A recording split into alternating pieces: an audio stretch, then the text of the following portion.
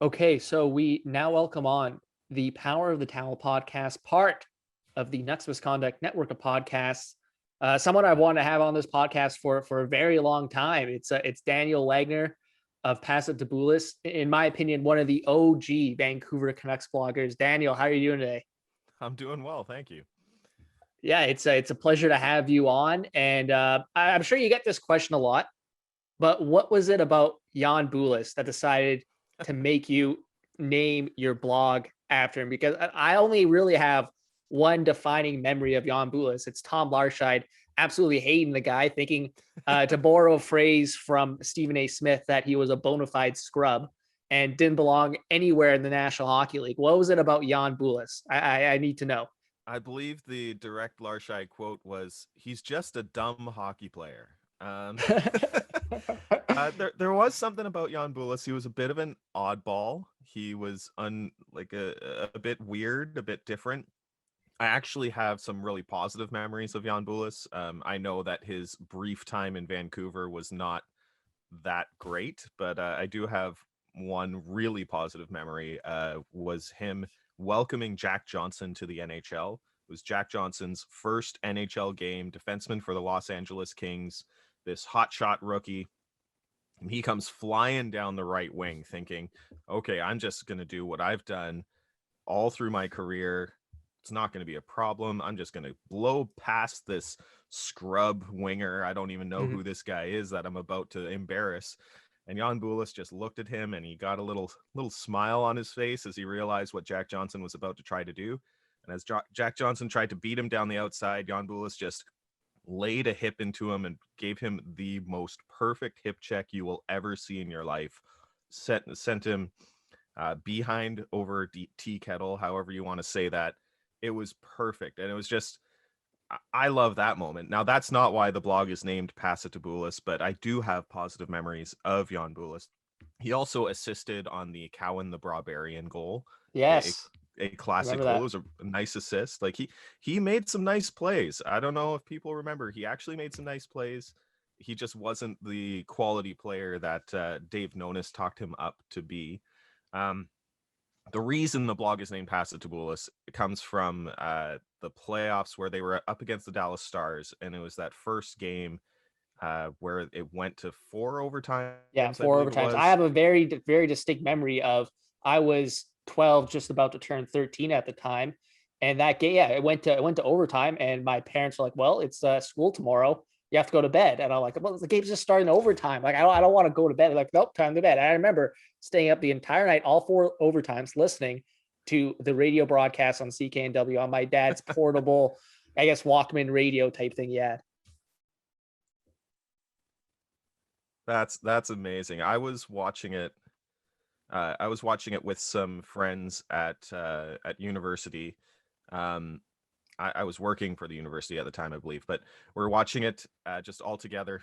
And I remember we were talking about, who's going to score in overtime, who's going to be the overtime hero.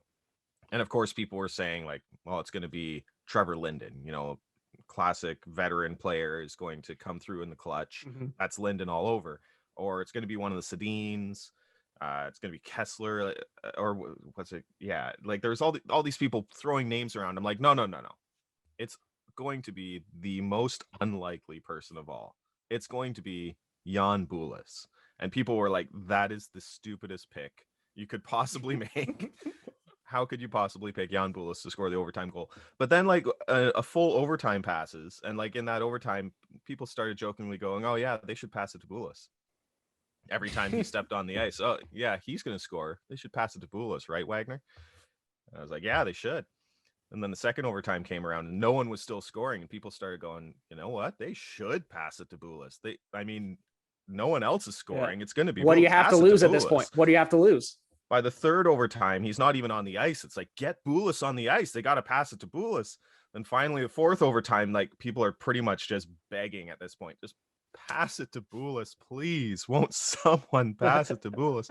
And then it wasn't Uh, even Boulis. It was Henrik Sedin, like classic Henrik or no, Daniel Sedin. Henrik to Daniel in mm, overtime. But still, the phrase pass it to Boulis got stuck in my head. And when Harrison Mooney and I were talking about blog names, and we were thinking about obscure Canucks that we could possibly name it after.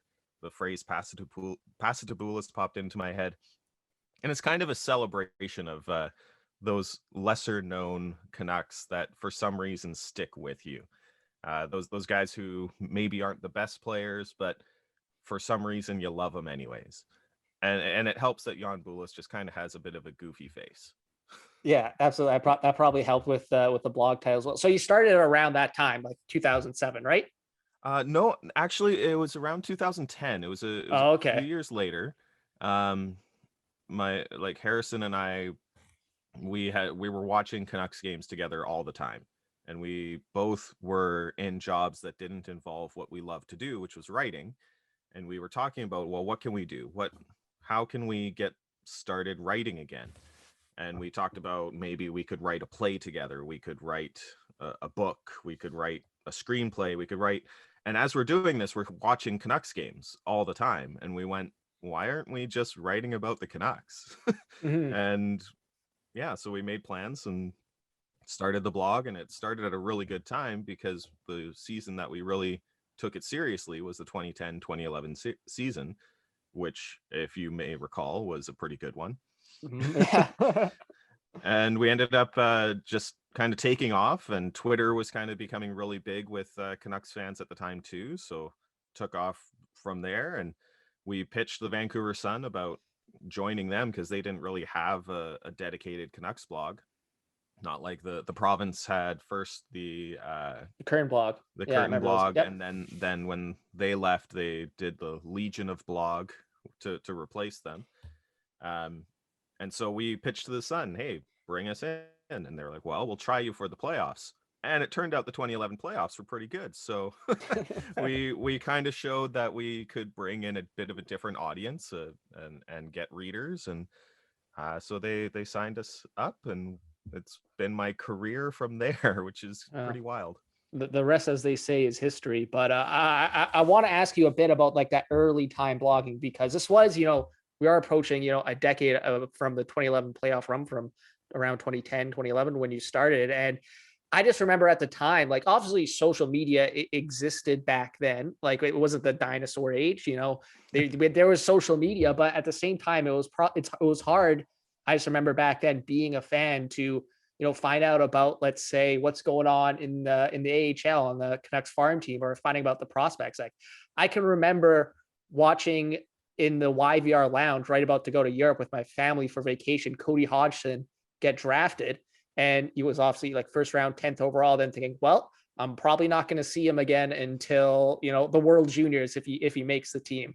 And that was, the big first round picks. Like good luck trying to find out any information on the prospects that were drafted like third round or later. Like there wasn't anyone back then covering, prospects, on a daily basis, giving all their big plays like there is now, right? Like what was it like to blog about the Vancouver Canucks back, let's say a decade plus ago, when you had to really dig to find some information about prospects or what's going on in the AHL? Yeah, it was definitely a bit of a different time. There was a lot of independent blogs that were starting up at the time because the Canucks were really popular. There was a lot of people wanting to write about them. I remember it was tough to get people to read your stuff. I remember we would send stuff to Nux Misconduct, going, "Hey, Oh, okay. add us to your links, add us to this stuff." We would try to get people reading our stuff on the Canucks forums, on the boards there, or hockey boards, and all these different places where you're trying to get readers. Twitter is the one that really took off for us, and that really helped a lot to get people to our stuff.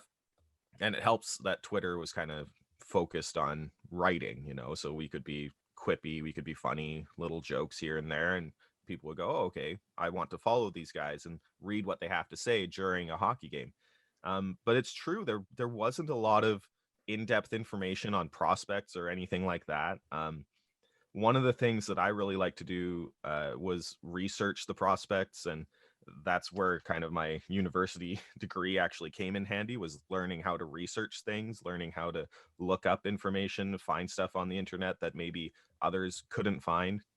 And I would even, like, I would write about the prospects, and I would also write about invitees to the Canucks training camps, guys that no one had heard of. And I'd go, okay, well, who are these guys? There's got to be something written about them somewhere. And maybe when they were in junior, someone would have written an article about them in their hometown, or their university would have some profile on them. And I'd just research and I'd try to find highlights anywhere I could. And I'd write about these invitees that no one had heard of and that no one would ever hear of again, except for a few of them maybe would get lucky and make it to the next level. Like Antoine Roussel was one of them. He was an invitee to a Canucks camp and ended up becoming a bona fide NHLer. But yeah, it was definitely different. Now you have guys like Chris Faber are with Canucks Army. They're covering everything. Like if Podkolzin is playing a game in the KHL, he's watching it and he's gifing it, and he's if he sneezes on the bench, there's a gif of it then like 20 seconds later.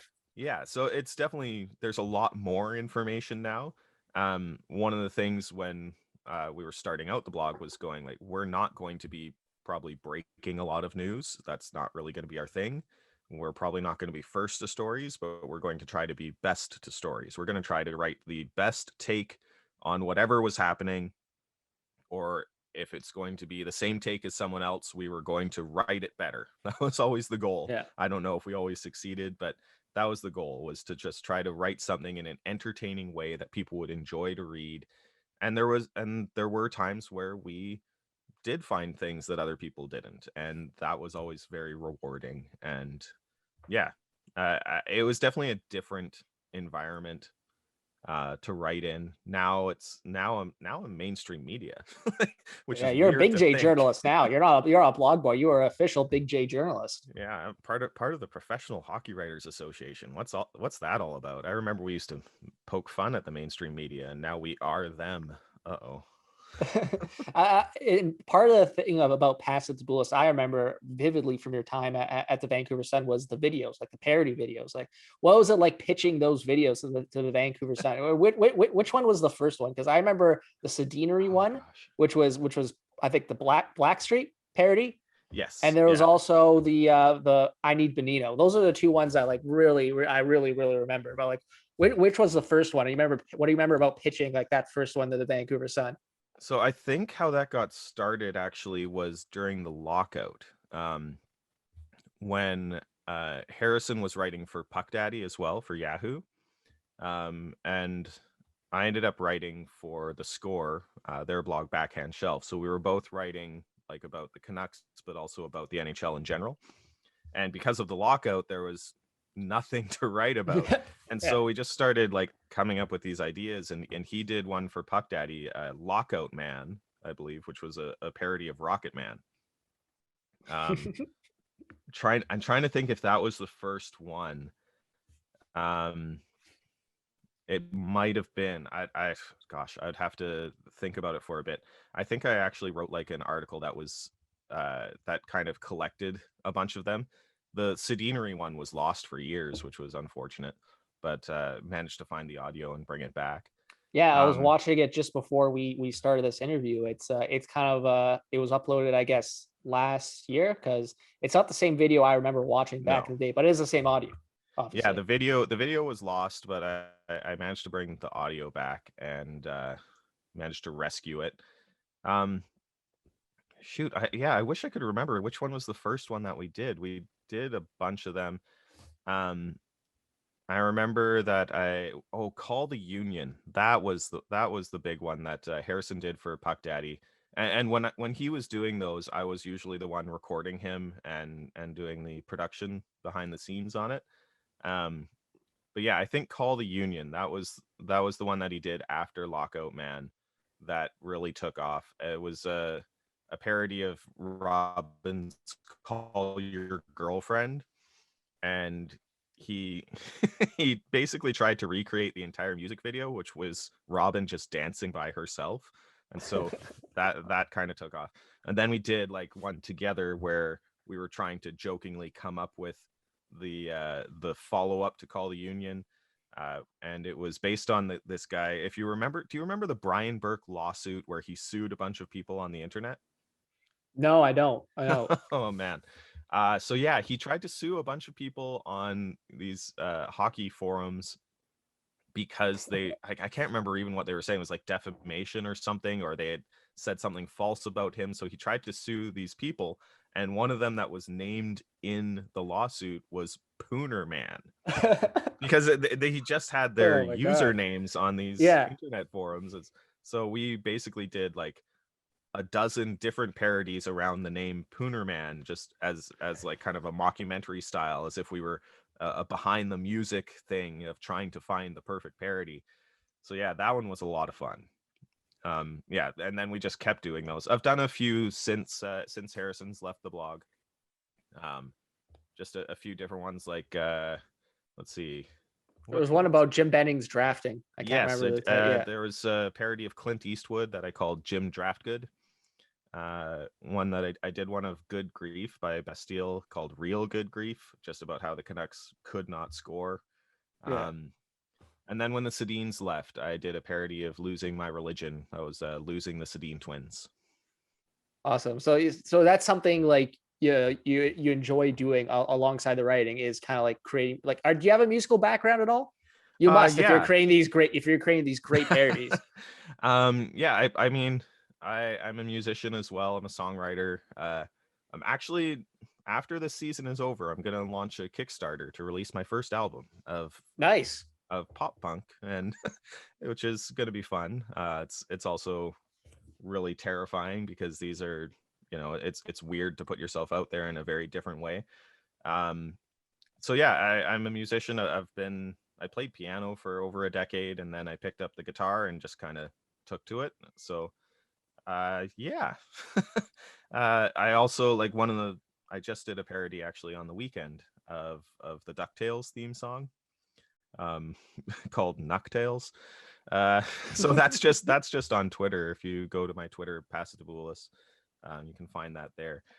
But yeah, so like I've played music pretty much my entire life, and so I love to sing, love to play guitar, and I did some recording classes in university, so I have some of the gear to properly record things, which is how I've basically recorded my entire album that is gonna be on my Kickstarter in, gosh, a little over a month. That's terrifying. Okay, well, I'm looking forward to the Kickstarter, the pop punk kind of. It's like a pop punk album, you said, right? There's kind of Yeah, that. I was in a pop punk band quite a long time ago called The Never Known, which was a terribly ironic name because we were never known by anybody. Um, and just over the past, gosh, it's probably been like over 5 years, I've been just recording those songs piecemeal, just anytime I can, which is tough with a full-time job and 3 kids. So just whenever I can, I've been recording bits and pieces of these songs that I wrote over a decade ago.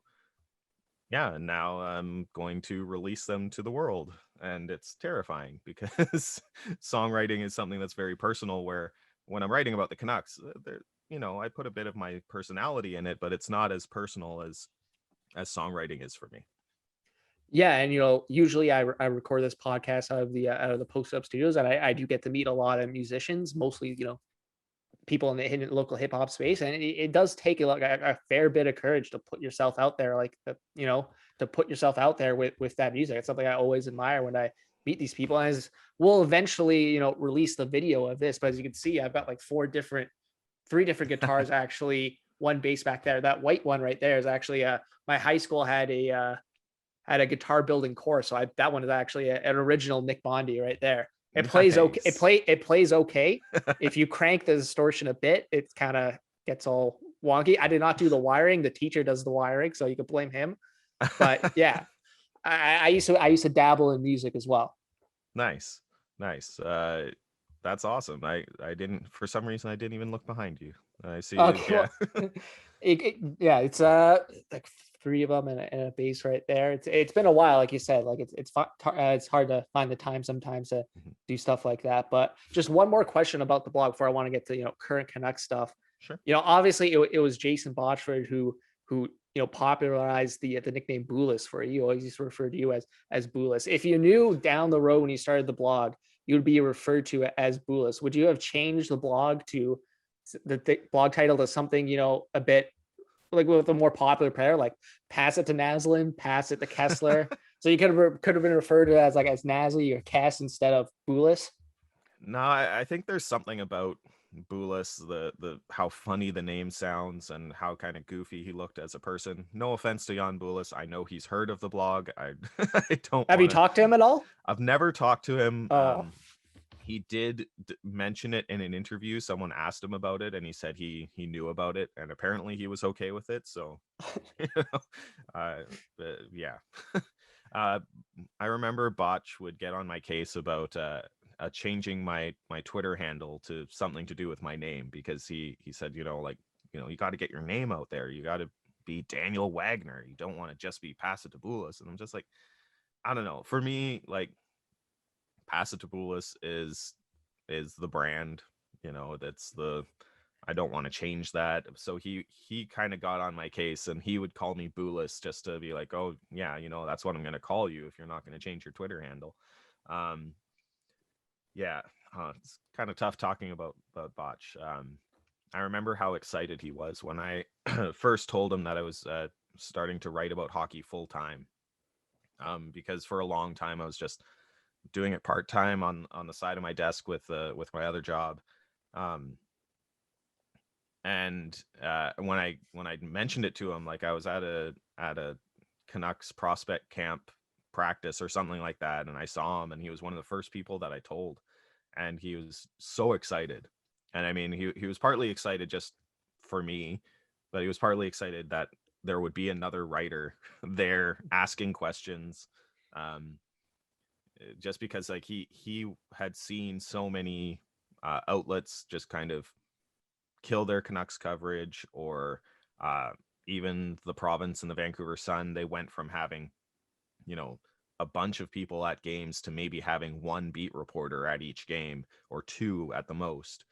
And so like he'd seen so many writers just kind of leaving, that the idea that someone would hire a writer full time to cover the Canucks was just so exciting to him.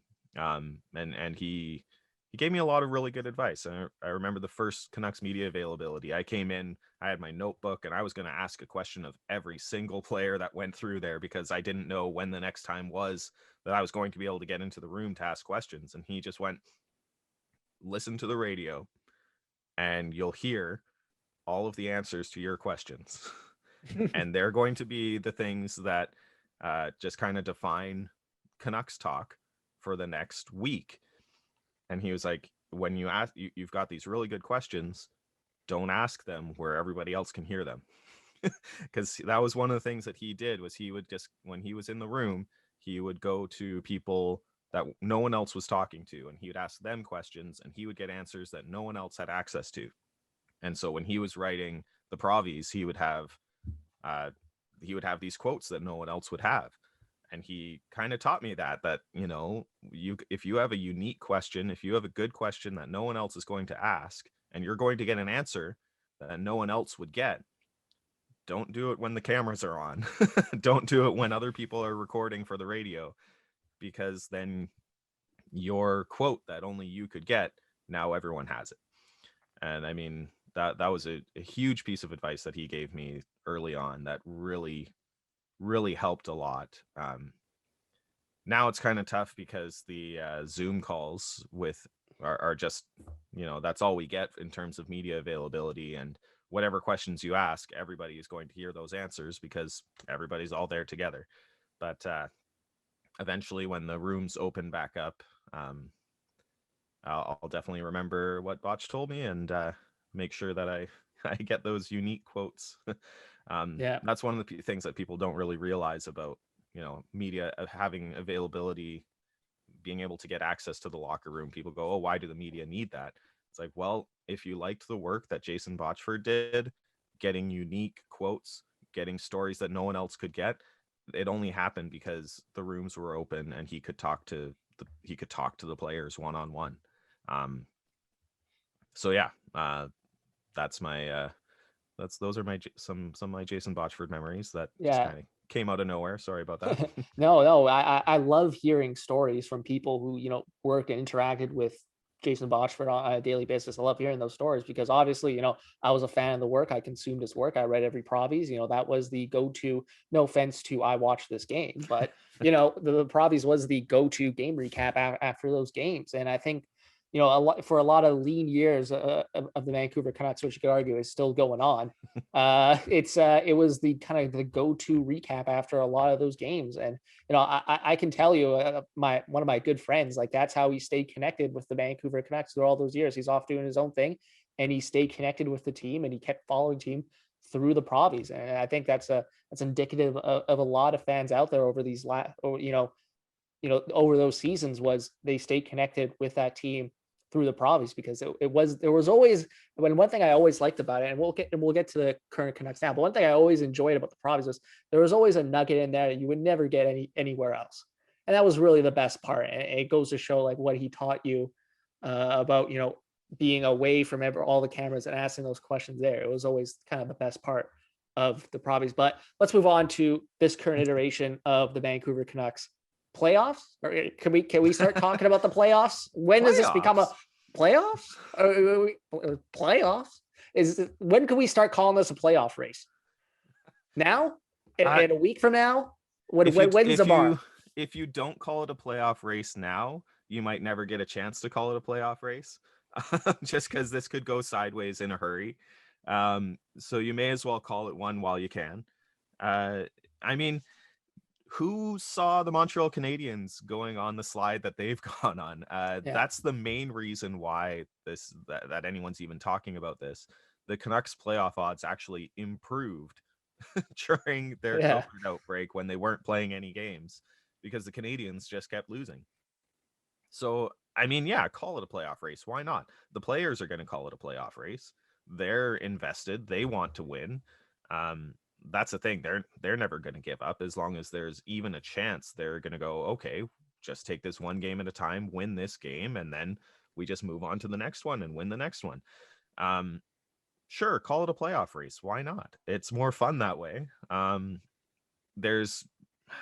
have some mixed feelings on it because I still worry about the players' health, quite frankly. I have in the back of my mind, every time I'm watching a game, I'm going, should they be playing this game? should Tyler Mott, who was having brain fog and like concussion like symptoms from a respiratory illness, should he be playing right now? But it's not my call. Tyler Mott thinks he's ready to play. The doctors say he's ready to play. So, okay, put him on the ice. And if they're going to play, they may as well play to win. So, it's a playoff race. Absolutely. Like they could catch the Canadiens, especially if the Canadiens keep crashing and burning the way they are. Yeah, and you hit the nail on the head. The reason the Canucks are in a playoff race right now is because Montreal choked away whatever advantage they really had while the Canucks were on that 3-week break. Like they just lost two straight games against Calgary, a team that's trailing them. If they lose, we're recording this for everyone, so everyone knows, on Monday afternoon before the Ottawa game. If Calgary beats Montreal tonight, sweeps them, then they're in the thick of a playoff race between those two teams, and it's going to be interesting.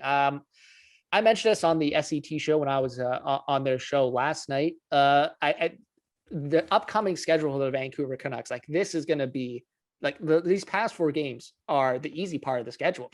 From now on, you've got 3 games every 4 nights, and that's going to be really tough, I think, for this team, just because of the whole COVID situation. I know you were at the game Thursday night, so I don't know if you caught this, but on the broadcast, the Olli Juolevi ices the puck.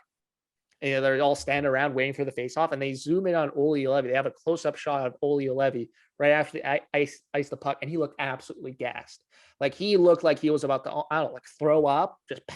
He looked absolutely like he was about to like keel over. Like it looked bad, and I think these past 4 games, they're 3-1, especially those first 2 games against Toronto. It really looked like the Vancouver Canucks were playing on adrenaline.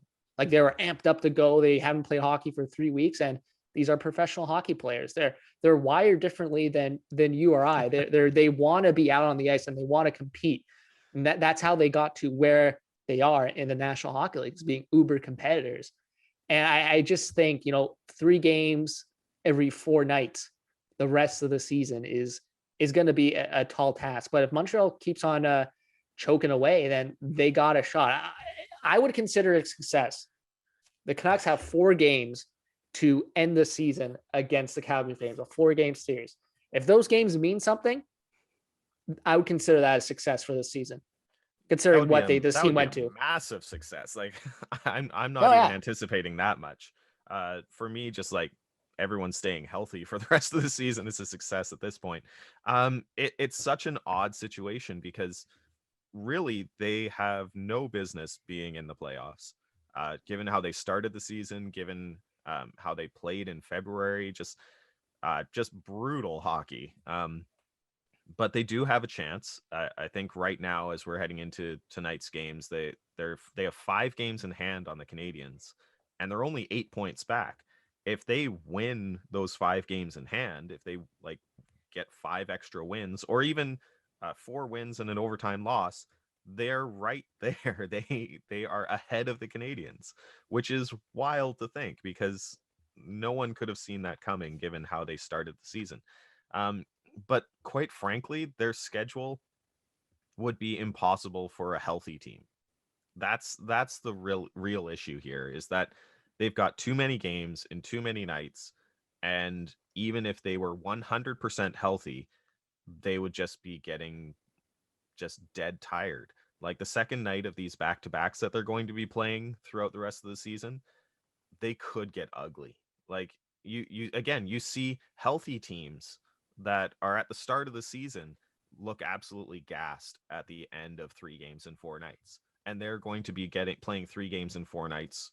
Like every game is going to be their 3rd game in 4 nights practically. Like that's an insane schedule. So as much as it's nice to talk about the playoffs, I think expectations have to be kept reasonable. They have to be kept low, because really all that matters here is the health of the players long term, that they don't do anything that is going to jeopardize their health.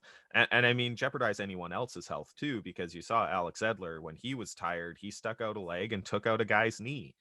Like Yeah. tired hockey Sorry, players. that's serial cheap shot artist Alex Edler, to all the delusional Leafs fans out there who thinks he's like the Swedish Matt Cook. Sorry, continue. I just want to add that. He's just so violent. I think we've just such a dirty player. Oh man, that's the same thing. Like Alex Burrows was obviously a bit more of a cheap shot artist than Edler was, but even him, like when people would call him dirty, I know Canucks fans would go, "What are you talking about? Like he's not dirty." It's like, well, what other fans see is not what Canucks fans see. If you Google Alex Edler knee on knee and you see 2 incidences of him doing that, anyways, sounds right. Sure. If you see Alex Edler go knee on knee with 2 different guys and injure them, you go, wow, this guy's dirty. Meanwhile, as a Canucks fan, you've seen, the 8 intervening years between those 2 incidents, and, nothing really to speak of in terms of cheap shots or dirty play. And you go, no, he's not a dirty player. Are you kidding me? The same with Alex Burrows. You look at him and you go, oh, he pulled a guy's hair, he bit a guy's finger, he did this and this and this. Meanwhile, Canucks fans are going, no, you don't understand. You haven't seen the 80 games here where he didn't do anything. And so Canucks, you end up with a different view of your own players. It's the same like the Bruins with Brad Marchand. Like, of course, Brad Marchand is dirty and cheap. We've seen it.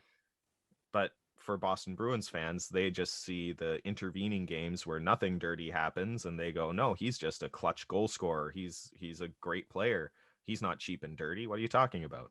Yeah. I don't know. It's always the perspective shift on that is always well, it just goes to show the tribalism of sports and sports fandom, right? Like that's the defining aspect of being a sports fan. It's us against you, and that's really, it feels like a lot of these debates just circle around that. But I want to ask about actually being in Rogers Arena, because this is a 2-part question. I was actually looking through past episodes.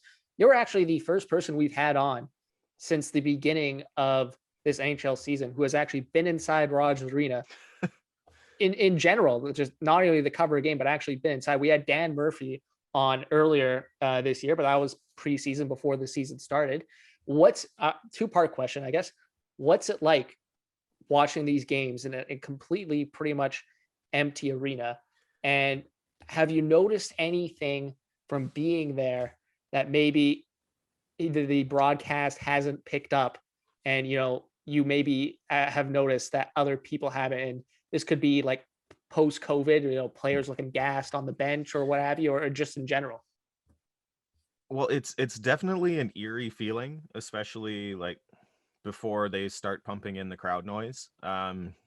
It is so empty. It is very odd.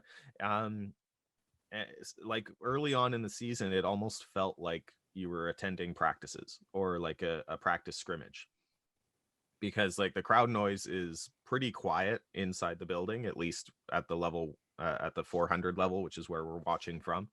Um, and so it just kind of feels like you're watching two teams just having an exhibition game with no fans in the building, and it takes you a second to realize like no, they're playing harder than they should for an exhibition game.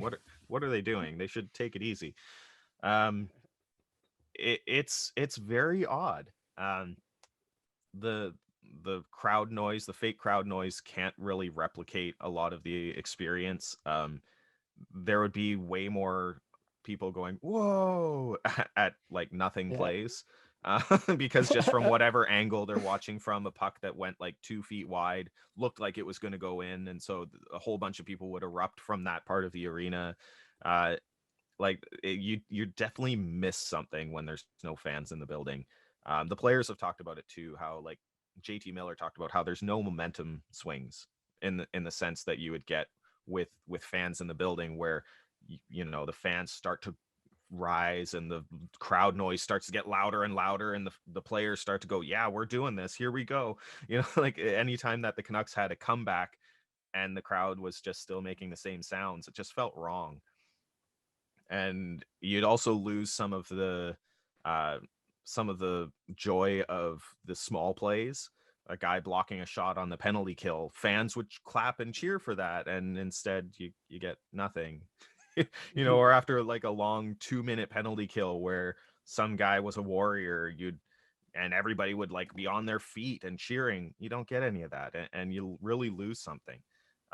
In terms of noticing things, that I mean, anytime that you go to a game, you notice things that you wouldn't notice on the broadcast. um I That's one of the reasons why I enjoy covering the game in person whenever I can. I can't always. I've got 3 kids. I gotta we got one vehicle. um so I do cover a lot of games just on TV, just from watching it at home. But the things that you notice in person, there's things like a guy who goes to the bench a little slower than you'd like for a line change, or just players who get tied up with each other behind the play, and there's maybe some animosity between two players that blows up later in the game that you wouldn't have seen at all if you were just watching it on TV, and you'd be wondering, why are these guys at each other's throats? It's like, oh well, 10 minutes ago they were behind the play like yapping at each other and pushing each other on their way back to the bench. um, One of my favorite things though that I noticed was just a tiny thing. It was Niels Hoglander at his defensive blue line, and he just made a really nice play to protect the puck and to get it out of the zone. Now you could see that on the TV broadcast because obviously they're following the puck. But what the TV broadcast would have missed was that his entire bench went, "Yeah, that's the way to do it, Hoggy. Yeah." Like, and they started like cheering him on for this nothing play where all he did was just, a puck came around the boards and he picked it up off the boards, protected it from a player who was trying to check him, and then made a little play to get it out of the zone. Um, and just seeing his teammates like cheer him on for this nothing play was just kind of neat. And it followed things that I'd heard from Travis Green throughout the season, where he was talking about, as much as he loves Hoglander, he loves his intensity, the way that he works, and all these different things. He was like, well, there's still little things that we're trying to teach him.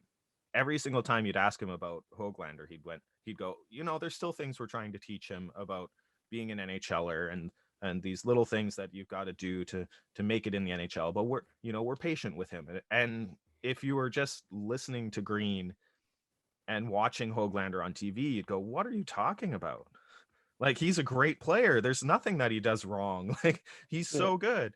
And it's like, no, when you watch it, especially when you're in person, you do see there's little things that he misses in the neutral zone or in the defensive zone, little bits of positioning, or maybe making a bit of a risky pass in the defensive zone that you go, okay, yeah, there's things that he needs to work on to become a complete player, and he's working on them and he's getting better at them.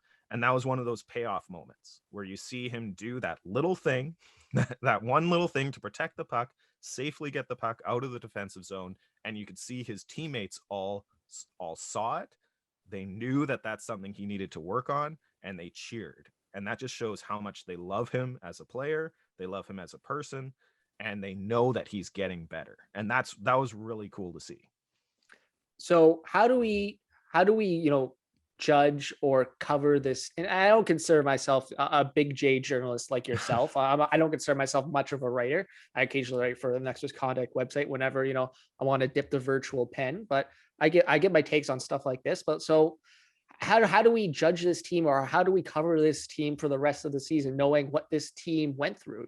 This was, by all estimation, the worst COVID outbreak in North American professional sports this season. And I appreciated, people like yourself asking the questions at these media availabilities, and the players being honest in terms of what their symptoms were and how they dealt through COVID-19. I thought that was very, very, very important, considering how high profile the Vancouver Canucks are. But how do we grade this team for the rest of the season? Because you can't do it as a normal way as you usually would, because obviously these guys are still suffering, or some of them are still probably struggling with the ramifications of COVID-19. So how do you judge? I've tried to be a bit more sympathetic personally. I've tried to be like, okay, nope, no, that was a bad turnover. I'm not going to criticize it. Maybe there's something else there. But like, how do you cover this team? How do you judge this team based on these 16, 17 games that are left? I can't remember who said it. One of the Canucks said it. Who he basically just said, none of us are 100%. Like, that's I something to think that keep was in mind. Demko after one of the games, right? Yeah, I think that, yeah. yeah. Like, none of us are 100%, and that just tells you so much. I mean, obviously, throughout a season, there's going to be bits and like little injuries here and there where, yeah, nobody's really 100% at this time of the season. But when he said it, it hit different. Like, this was this was a very difficult time for all of the players, even the ones who didn't get COVID. They're off the ice for 3 weeks in the middle of the season. Their families are getting you sick. Like, know that's gonna take a pretty heavy toll on the guys who do have families, right? Like, yeah, for like mentally, that's gotta be really challenging. Um and they are happy to get back on the ice, they are happy to get back playing. When you're on the ice, you can kind of dismiss those other concerns, but maybe you can't dismiss them entirely, because your family is your family. Especially for players with little kids, who I know, like Alex Edler talked about his daughter getting it, and how they had to quarantine in the basement together, so that the rest of their family didn't get sick. Like, that's tough, that's very difficult. And so that's like, there's the mental strain that you have to keep in mind, and then there's also the physical strain, where even like JT Miller, who didn't get COVID, talked about how his lungs were just burning when he got back on the ice. And I mean, he probably got back up to speed a little faster than maybe some of the other players who had symptoms, and maybe they are still experiencing some fatigue. We've heard from players in other professional sports where it took them 6 months or more to really feel like they were back at the conditioning level that they expected to be at. Um, and that's tough. Like, and it's tough to really judge in a sport like hockey too, where a guy goes out there for 30 seconds, then gets back off the ice. Um, maybe he's okay that shift, but then later on in the game, maybe there's just a bit of brain fog, and he makes a poor decision and turns over the puck, or hits a guy away from the puck, then takes a penalty. Like, we don't know what is, you know, because they're experiencing some sort of setback because of the COVID outbreak, and how much of it is just because the Canucks aren't a very good team. You know, Yeah. and so you have to be like empathetic and go like, okay, how would I write about this before the COVID outbreak? Should I change how I write about this now? You know, if there was a giveaway before the outbreak, we would go, okay, that was a bad giveaway. You know, does this player do this all the time? What are his underlying stats that kind of show that maybe he's not good at protecting the puck or whatever else we might say? Um, but now we look at it and we go, oh, you know, you'd be forgiving of him. And maybe that's condescending too. That's one thing that you also want to keep in mind. Maybe the players don't want to be treated at any differently. Maybe they'd want to receive the same level of criticism and praise as before.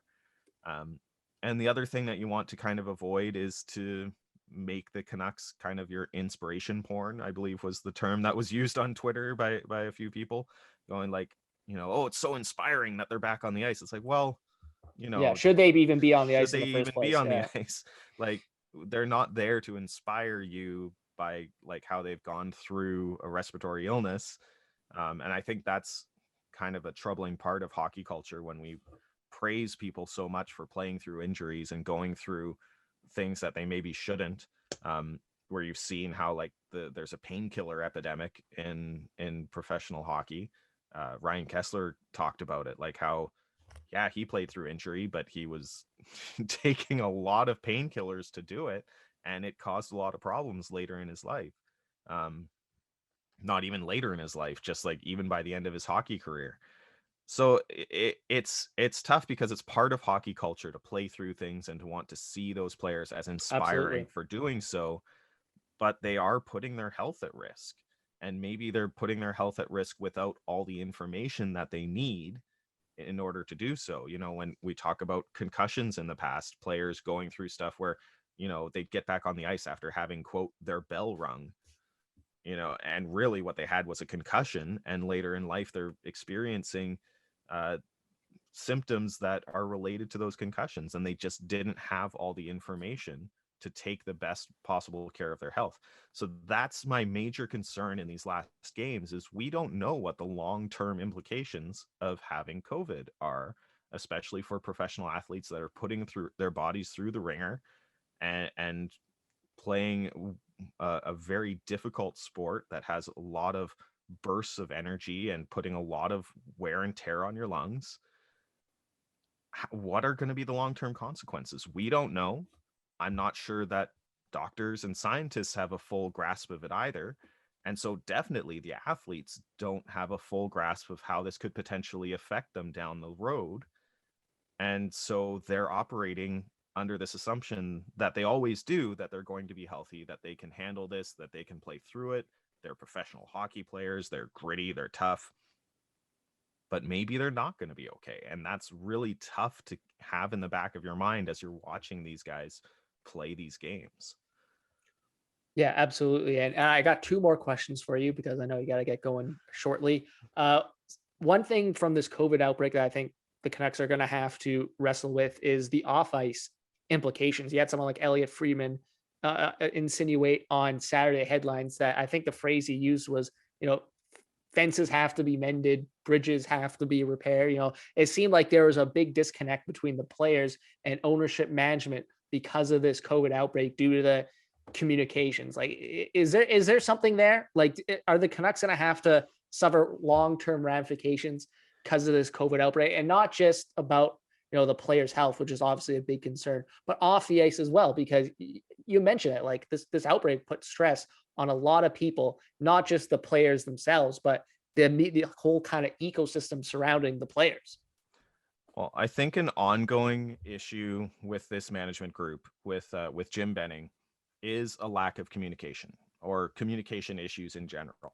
And I wrote about this for the paper. Vancouver's Awesome has a print edition that comes out weekly, and I think it was last week's print edition I wrote about these communication issues that Benning has.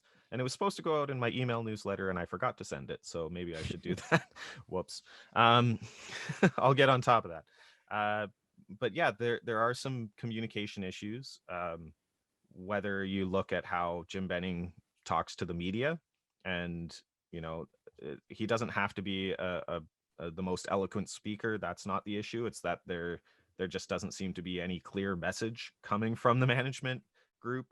There's communication issues when it comes to free agents, as we saw last season, how there was a lack of communication with Tyler Toffoli, Chris Tanev, Troy Stecher, where like players who were leaving, like Tanev and Stecher, felt disrespected by the lack of communication, the lack of understanding of where they fit in the Canucks plans, or if they fit in them at all.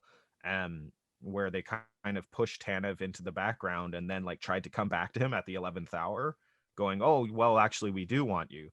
Like, when you're talking about a guy who's played his entire career in Vancouver, it's pretty disrespectful to not have that level of communication. And then there's communication issues internally. There's been rumblings. Heard from previous staff members who have worked for under Benning is that there's just not a lot of communication between departments, not a lot of communication between Benning and the scouting staff even. I think something that's emblematic of that is the trading Tyler Madden for Tyler Toffoli. One of the things that Benning said at the time is like, well, we don't see Madden as a center. And he is a center. Like their entire scouting staff would tell you, it's like, no, he's played as a center his entire career. Maybe he won't be, maybe he could play as a winger in the NHL, but like, if you're saying we don't see Madden as a center, well, who's the we? When you're in the rest of your staff see him as a center, then it's just you. And so that just kind of betrays a lack of communication. And so I can absolutely believe that there was a lack of communication between Benning, the management, and the players when it came to COVID. And I think what happened is that the Canucks were looking at this proposed schedule and they were going, we're playing on Friday. Have you seen us? We're not ready to play on Friday. And what the NHL and NHLPA had agreed on was that if they did their testing on Thursday morning and the doctors went, well, these guys aren't ready to play, they would shuffle the schedule to what we have currently, which was starting the season on Sunday, or starting their games back on Sunday. This two-day break to kind of get the players back to where they could play again. But that was never communicated to the players, was that there was already this like contingency plan in place if they weren't ready. And so because the players didn't know about this and that wasn't communicated to them by management, Miller felt the need to go to the media and say, like, we are not ready to play.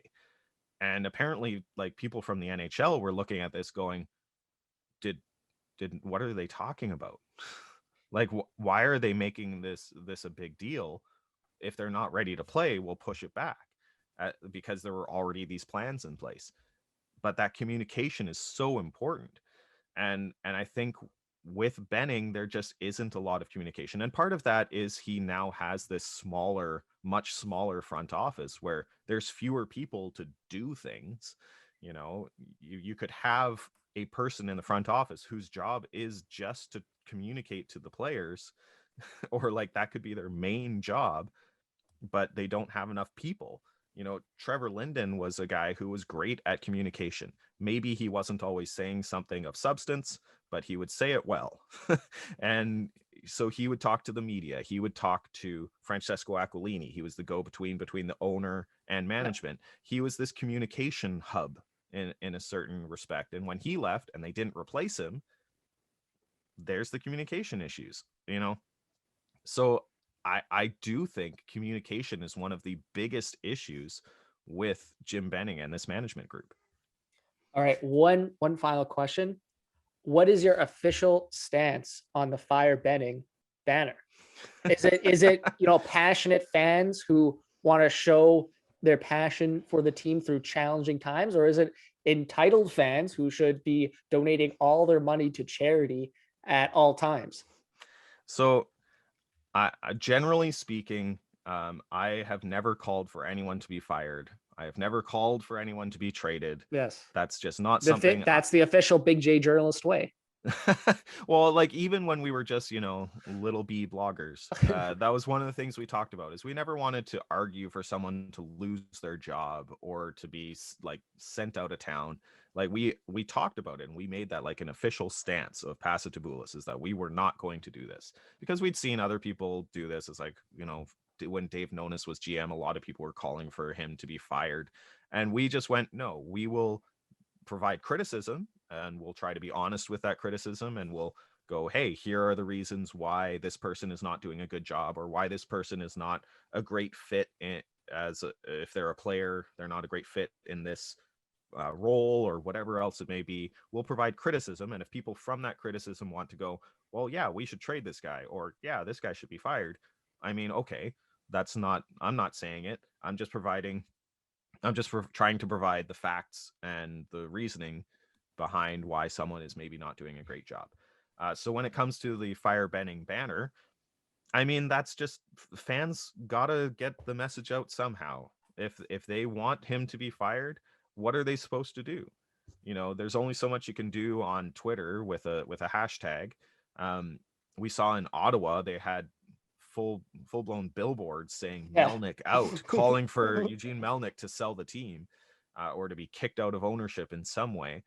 And we see it in soccer leagues around the world, passionate fans taking to the streets or making these huge banners that they fly during games to calling for ownership to be fired or management to be gone, coaches to be gone, players to be traded. Like, passionate fans are going to get their message out somehow. And at the end of Mike Gillis's regime as GM,